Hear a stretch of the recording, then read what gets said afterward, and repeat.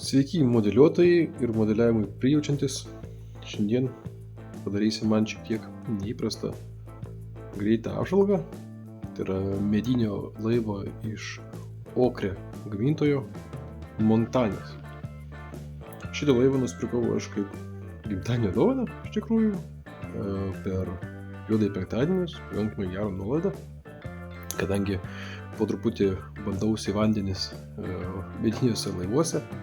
Tai šitas modelis man jau senai yra patraukęs akį, tai šįmet nusprendžiau šį įsigyti. Na, o įsigijęs pamačiau, kad stipriai peršokau savo įsivaizdavimo ribas, nes nesitikėjau, kad gausiu už tai tiek, kiek aš čia dabar gavau. Na, visų pirma, tai dėžė yra apie 7,5 kg, sunki, ganėtinai nemaža ir iš pirmo žvilgsnio, kaip spėjau atsidaryti, tai na, čia bus labai daug reikalų, dar reikės stipriai, taip sakant, daaugti iki šito modelio. Na, bet pažiūrim, kas yra viduj, kad bent jūs įsivaizduotų, apie ką mes čia šnekam, gal kam šiaip įdomu. Taigi, atsidarius dėžę, mes matom pakankamai universalų Ocre pakavimą. Jisai šiaip yra standartinis iš esmės visiems jų laivam, nes šitas gamintojas stengiasi viską supaprastinti gamybos atžvilgiu. Gal turbūt dėl to jų laivai yra vieni pigesni rinkoje, įmant dydį.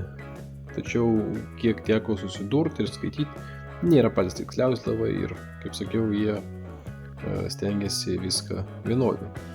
Vienodai ne tik dėžėse, ne tik įpakavimuose, bet ir jų prieduose. Kaip pavyzdys, aš turiu 2 kitus laivus, tai jų šturvalai skirtingose masteliuose yra dėti vienodi. Jų fersai yra nelabai geros kokybės, už tai medis čia yra geras. Taigi pradžioj nuo gal instrukcijų. Instrukcijos turim kaip ir tokias 3 knygas. Viena pagrindinė, kita tik brėžiniai. Trečioji yra visas aprašymas. Aprašymas yra tiesa keliom kalbom. Tai yra ispanų, anglų, prancūzų, italų, vokiečių. Aprašymas apie patį laivą šiek tiek. Ir aprašymas, kaip jį rinkti tekstu. Pas Ocre, kas man patinka, tai jie turi YouTube. YouTube jie sudeda savo laivo rinkimo eigą. Kas yra gerai pradedantiesiems, nes, sakykime man, kadangi aš apie laivus suprantu labai mažai. Žinau, kad jisai plaukia vandeniu, iš esmės. Tai yra gerai tuo, kad aš galiu nesupratęs instrukcijos pasižiūrėti jų duotą video, kurie yra išskaidyti po labai trumpus stepsus ir susidaryti vaizdą, kur aš strigau, ką man reiktų daryti ir panašiai. Dabar pas jų, kaip sako, sunkesnio lygio modelius, tai šitas yra ganėtinai sunkaus lygio modelis pagal juos, tai jie prameta tam tikrus žingsnius. Kaip pavyzdys, iš karto pirmoje instrukcijoje nieks nerodo, kad tu užsilaužyk čia tuos susidėk. Jau yra sudėta, negaišta laiko. Toliau bendros tokios eigos kaip su deniu, irgi jos greitai prametamos, irgi laiko negaištama.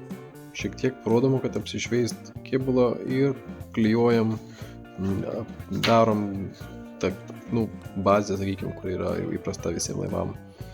Ganėtinai staigiai ir su mažai aprašymų. Kas, pavyzdžiui, čia irgi skiriasi, pas kitus laivus paprastesnius rodoma, kaip yra sudėti lenteles ant šito, ant to viso denio. Čia iš esmės dėk lentas ir viskas, važiuojam toliau. Na, labai supaprastinta ta pradžia, kurią rinkėjai laivų jau turi iš esmės žinoti iš patirties. Instrukcija ganėtinai fainai, sakykime, yra detali dėl to, kad yra nuotraukas, tačiau teko pastebėti pas juos tokį įdomų dalyką, kad jie dažnai deda skirtingų laivų nuotraukas. Ką turiu galvoje, tai, sakykime, instrukcijai vienoj fotografijai yra vienas laivas, tai yra tas pats laivas, tas pats Montanės šiuo atveju, bet tiesiog fiziškai kitas laivas, kuris padarytas gal šiek tiek detaliau ir geriau. Su to susidūriau su Essex modeliu, kur fotografijos laivas vienas, rinkimo instrukcijų laivas iš tikrųjų kitas. Tas pats pasitaiko netgi jų video aprašymuose. Tai, čia kaip ir mažmožis toksai, bet gal verta atkreipdėmėsi. Tai va, tai šitą, sakau, instrukcija ganėtinai aiški. Sumažinta šiek tiek versija yra aprišimo, pas kitą modelį lapai buvo pilni šitą pagausiu, skaušia A4, tai ten bus A3 lapai, pilno dydžio, kaip yra rišimas daromas, aprodytas. Čia šiek tiek liktais jisai mažesnis. Ir tada yra pagrindinė, kaip ir rinkimų instrukcija, kuri turėtų būti prie vieno lastelio. Taip ir yra. Tai čia yra mūsų stiebai, kaip turi būti surinkti.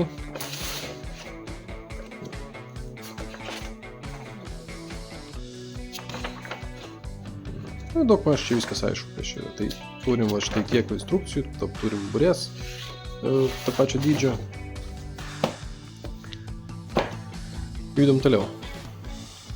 Šis modelis iš savęs yra šiaip labai didelis.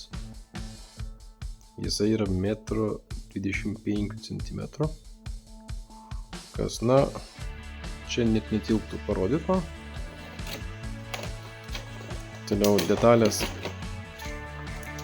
duotos kartu su modeliu. Tai čia yra apdailos detalės, tiesa, jų metalo liejimas yra toks, grubokas, gal norėtųsi jo gražesnio. Krūva langų, matau, čia kažkokie pilvarsai, apkalimas, žiedeliai, prikarpyta krūva tiesiog vielos. Tačiau šitų dėkliukų yra, jeigu pamenu, A4 ir 3.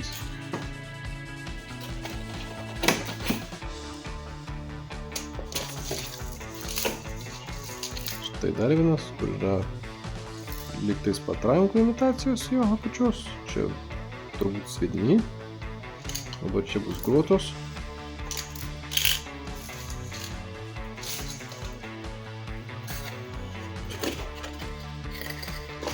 Taip, yra 4 dėžutės. Dėžutės šiaip fainas, kad jos yra skirstos, patogu turėti. Ne maišeliuose, o dėžutė gražiai, inkarai va.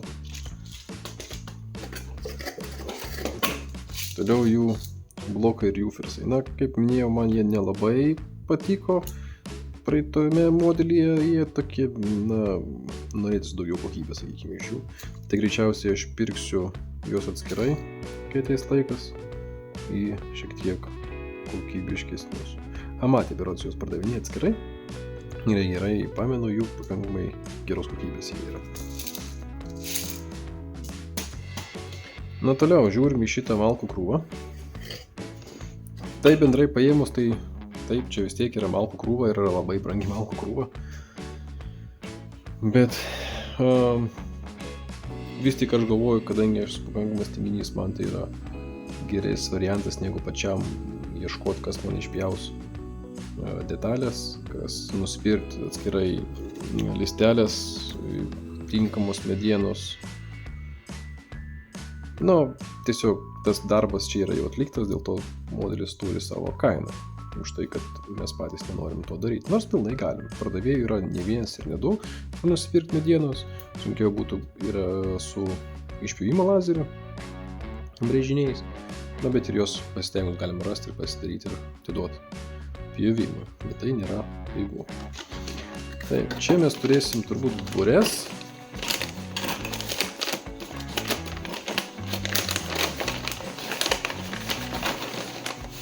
Taip, čia yra burės, ištrauksiu kokią vieną.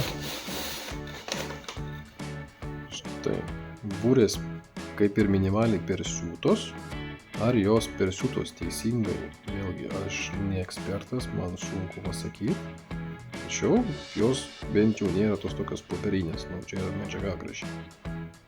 Tai mano saugumu čia yra visai neblogai. Tai tiek ir baigsiu.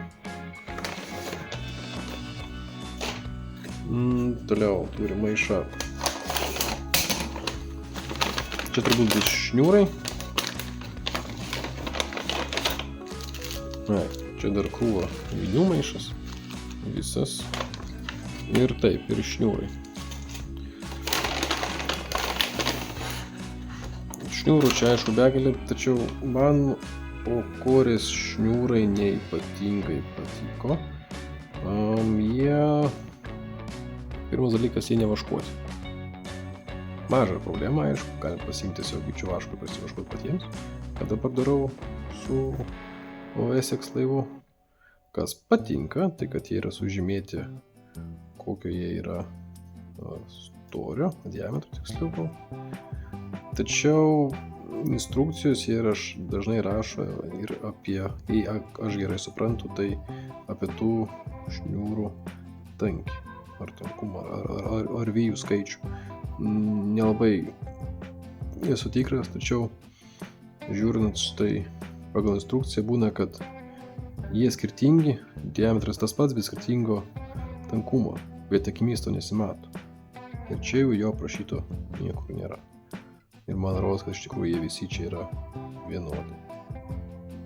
Kaip yra iš tikrųjų, vėlgi aš ne ekspertas, bet aš nusipirkau amatį šniūrus, vaškuotus iš anksto, su jais dirbti šiek tiek smagiau. Na, štai didžioji malkų krūva. Galim pradėti nuo galo. Tai čia yra stiebų malkos. Dydis, na matot, iš esmės kaip pirštas. Laivas bus siaubingai didelis. Kur aš įdėsiu, kai aš jį surinksiu, jeigu aš jį surinksiu, aš neįsivaizduoju, bet panašu, kad detalės tiesios, neišlinkusios, bent jau nepapuolė man su praeitų modeliu, taip irgi buvo gražu. Tiesa, mediena irgi yra ne tiesiog faniera, o pamiršau kaip lietuviškai tai mahogany. Ir jos yra nemažai. Yra tiesa pušies berods, reiktų pavostyti. Panašu ir balzos yra. Kas, na, šiaip mediena nėra pigi. Riešutmedis gali būti. Toliau labai didelis kiekis, taip pat geros kokybės medienos. Pas juos man patinka medienos kokybė, nes ištrauksiu vieną specialiai parodyti. Mediena nėra pasišiaušus, jinai graži. Nupjovimas gražus ir lygus. Tai dėl to aš turiu jos pagirt. Plius, jeigu pasistengsiu parodyti, jos tiesios. Ogi čia kokios. Va. Jos Okrė gamintojo mediena panašu yra labai kokybiška. Na, bent jau sakau, aš kol kas medieną jų džiaugiuosi. Negaliu sakyti, kad jinai kryva, išlinkus, išbrinkus, blogai supjauta, negražiai ir panašiai, kas buvo pas Amatį. Amatį man mediena šiek tiek nuvylė, nes buvo pasišiaušus, bet tai čia tokie, pavadinkim, niuansai. Toliau. Čia yra detalių sąrašas, galite pametus detalės kreiptis į Okrę ir prašyti pakeitimo. Kiek girdėjau, labai geri atsiliepimai jų suporto. Toliau dar skirtingos medienos turim. Iš tikrųjų, daug skirtingos medienos ir kas yra labai sveikintina, nes pasirodo, kad tai nėra dažnas dalykas. Na ir kaina, aišku, kita. Tai tada įprastų listelių ir kartu vėl skirtingi bruseliai. Labai daug malkų. Ir prieinam prie fanieros. Dabar fanieruotė, taip pat išpjauta lazeriu. Čia viskas kaip ir aišku, bet jinai irgi iš skirtingos medienos. Dabar panašu į aviacinį klijuotinės trisluoksnį, kaip kuri, kas taip pat yra šiaip aukštos kokybės faniera. Ji nėra pigi, nes vieno lakšto be šaknų. Ant praeito modelio neteko susidurti su jokiais defektais. Na ir turim štai tokį didžiulį paką dar fanieros. Tai va tokią lentų krūvą jūs nusipirkat, kad surinkt modelį. Tai čia, kaip suprantu, yra viena dalis, galinė berods. Kokio aukščio bus štai šis modelis. O, Dieve. Kur aš čia įbridau? Tai va. Trumpai tiek. Nu, ko galima tikėtis nusipirkus medinį modelį. Tai jums štai toks vat video. Paprastesni modeliai turi be abejo mažiau detalių, mažiau fanieros, mažiau metalų visokių ir panašiai. Na, bet tai esmės nelabai keičia. Tačiau tiem, kam įdomu ir kas norite surinkti medinį modelį, pabandyti, tai rekomenduoju visiems pamėginti. Nuo paprastesnio, aišku, nuo pigesnio stipriai. Tiesiog pabandyti ir surinkti. Man kol kas visai patinka. Tai tiek. Ačiū, kad žiūrėjote.